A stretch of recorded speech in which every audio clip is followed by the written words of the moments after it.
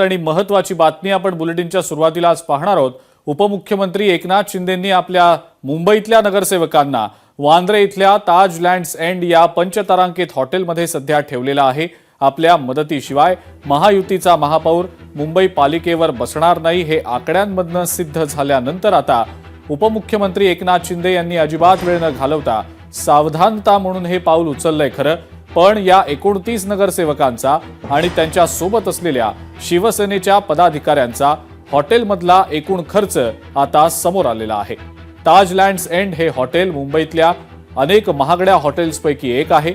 इथं एक दिवस राहणं किंवा एक वेळचं जेवण सुद्धा सर्वसामान्य मुंबईकरांच्या आवाक्याबाहेर आहे। अशा हॉटेलमध्ये राहणं किंवा खाणं हे सर्वसामान्य मुंबईकरांसाठी खरं तर स्वप्नवत असतं आणि अशा हॉटेलमध्ये तब्बल 29 नगरसेवकांना आणि काही पदाधिकाऱ्यांना काही दिवसांसाठी मुक्कामासाठी ठेवल्यानंतर अनेकांच्या भुवया उंचावल्या। या सर्वांच्या हॉटेलमध्ये राहण्याचा खाण्यापिण्याचा खर्च नेमका किती होतो हा प्रश्न सगळ्याच मुंबईकरांना पडलेला असणार आहे। लोकशाही मराठीनं हेच शोधण्याचा प्रयत्न देखील केलेला आहे। नगरसेवकांसाठी शिंदेंच्या शिवसेनेकडून झालेला हॉटेलचा खर्च नेमका किती आहे ते आपण आता जाणून घेऊया। वांद्रे इथलं ताज लँड्स एंड हे हॉटेल पंचतारांकित हॉटेल आहे।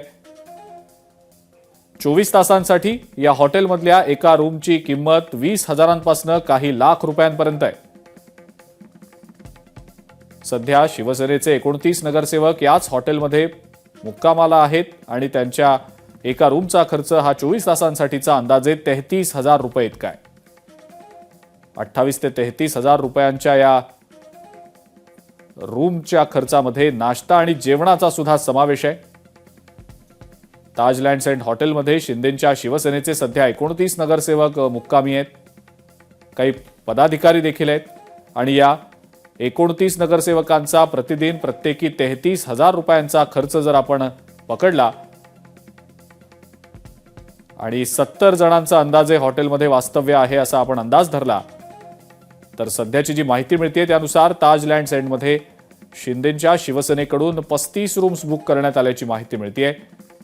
एका दिवसाचा खर्च हा जवळपास 10 ते 12 लाख रुपयांच्या घरात जातो तर 3 दिवसांचा खर्च हा थेट 36 लाखांच्या आसपास आहे। शिवाय या पंचतारांकित हॉटेलचा कॉन्फरन्स हॉल जो आहे तो सुद्धा वापरला जात असल्यानं त्याचाही अधिकचा खर्च असणार आहे।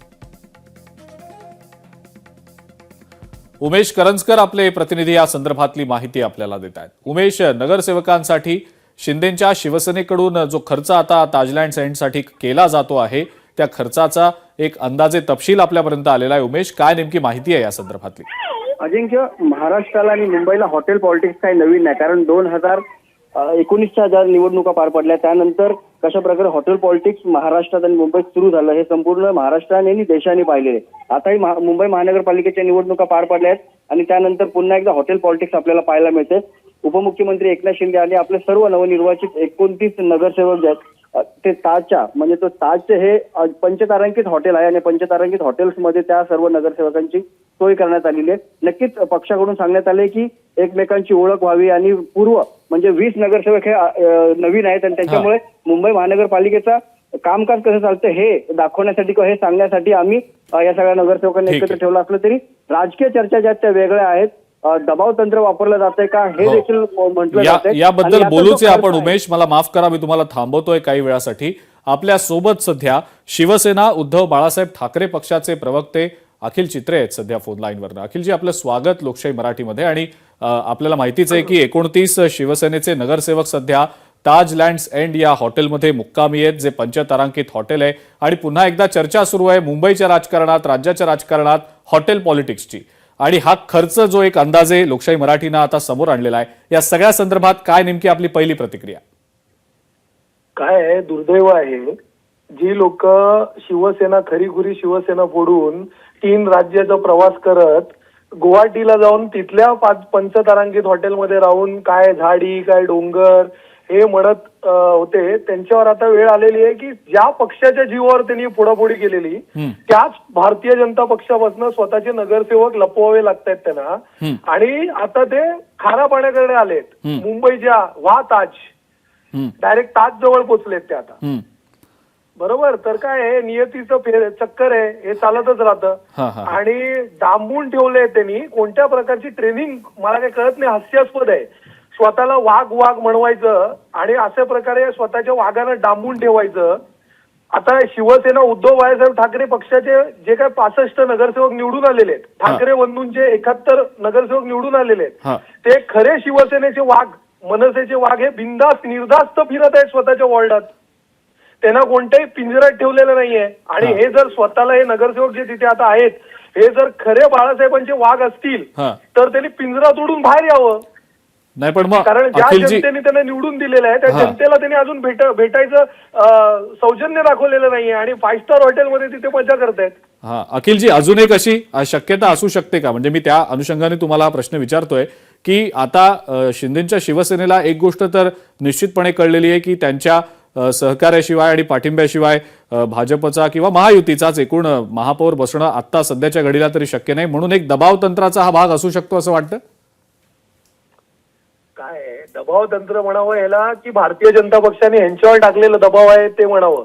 काय घाबरलेले आहेत, बिथरलेले आहेत, काय ज्या प्रकारे ह्यांनी पेरलंय, ज्या प्रकारे इतर पक्ष फोडायचे धंदे ह्यांनी केलेले आहेत, शिवसेना फोडायचं काम ह्यांनी केलेलं आहे, त्याच प्रकारे आज त्यांना भीती आहे की त्यांचे नगरसेवक कोणी फोडू नये. आणि काय आहे ना, दुसऱ्याची माणसं घेऊन स्वतःचा पक्ष उभं करणं आणि ते नगरसेवक निवडून आणणं, जर ते मूळ पक्षाची इमानदार नव्हते तर ते तुमच्याशी काय इमानदार राहतील? म्हणून या बैमान लोकांना सगळ्यांना एकत्र एका पंचतारांकित हॉटेलमध्ये ठेवलंय आणि फार जाणतायत की तिथे म्हणे ट्रेनिंग चालू आहे. अरे कसली ट्रेनिंग चालू आहे?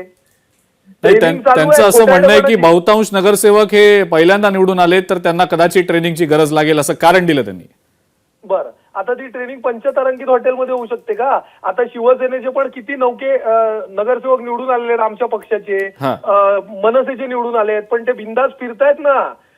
ते सगळे आपल्या निर्धास्त होऊन मुंबईत फिरतायत, निवडून आलेले नगरसेवक आहेत, जनतेबरोबर राहत आहेत, ज्या जनतेने त्यांना मुंबईकर जनतेने निवडून दिलेलं आहे त्यांच्यामध्ये जाऊन मिसळतायत.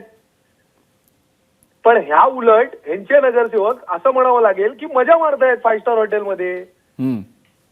बरं झालं मुंबईकर जनतेला पण एक कळलं की कशा प्रकारे हे कारभार करणार आहेत, कशा प्रकारे हे जे काय. आणि पैशाचा तुम्ही जे काही हिशोब दाखवताय, त्यांच्याकडे अमाप पैसा आहे. किकबॅकच्या नावाने जे काही पैसे त्यांना मिळाले ना, कॉन्क्रिटीकरण रस्त्याचे तुम्ही बघताय, कॉन्क्रिटीकरणच्या नावावर काढले 263 करोडचा जो घोटाळा केलाय ना, त्यातले त्यांच्याकडे खूप पैसे आहे. अजून 15 दिवस राहू शकतात ते तिकडे 5 स्टार हॉटेलमध्ये. ठीक आहे, मुद्दा कळला आपला. अखिलजी, खूप खूप धन्यवाद. आपण लोकशाही मराठीशी बोललात आणि प्रतिक्रिया दिलीत त्याबद्दल. अखिल चित्रे होते आपल्यासोबत, शिवसेना उद्धव बाळासाहेब ठाकरे पक्षाचे प्रवक्ते, आणि त्यांनी या सगळ्या हॉटेल पॉलिटिक्सवर तर टीका केलेलीच आहे. आणि जो खर्च होतोय सध्या शिंदेच्या शिवसेनेकडनं या नगरसेवकांचं जे मुक्काम सध्या पंचतारांकित हॉटेलमध्ये आहे वांद्रे इथल्या, त्या अनुषंगानं होणाऱ्या खर्चावर सुद्धा अखिल चित्रे यांनी टीका केलेली आहे.